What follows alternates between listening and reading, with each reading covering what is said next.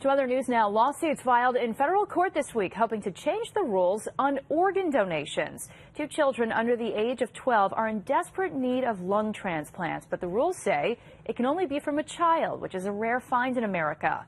With that comes a message tonight in Broadalbin: donate life. It's coming from a man who knows the value of organ donation very, very well, and also from a teenager who has been waiting 2 years now for a heart transplant.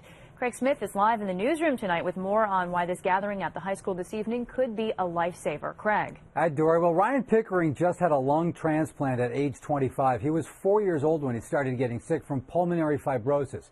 His sister's a high school senior, and she had good reason to organize a fundraiser to help her brother. He's my #1 sibling to look up to.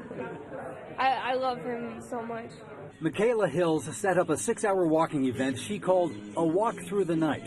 The idea was to help Ryan pay medical bills and do the same for 13-year-old Anna, a Mayfield native who's awaiting a call for a new heart in Florida.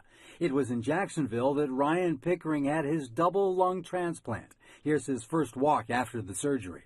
When I first got told that I needed a transplant back last March of 2012, my doctor said that, you got probably looking at about a year or less. And he was very accurate because I told my mom in February that I was running out of time, and I got the call 4 days later. Very difficult time for us, I admit, and I'm sure it's very difficult for the other families that are waiting as well. Anna King has been waiting more than a year with no way of knowing how many people are ahead of her. Several months ago, she was to be the next person on the list that they asked, but the person before her accepted it. So she was close. She's been close. Anna made her own decision that she was going to face this head on with optimism. That optimism might be fortified if more people agreed to become organ donors after death. It's a short form, or it can be done at the DMV office. A couple weeks ago, I lost a friend to cystic fibrosis because the donor wasn't available, and, it's something you need to really, really consider. There's no downside, is there? There's really no reason not to do one other than your own opinion on it.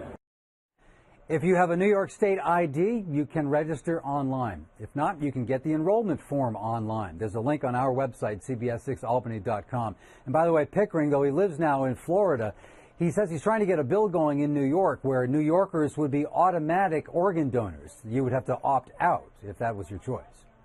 In the newsroom, Craig Smith, CBS 6 News.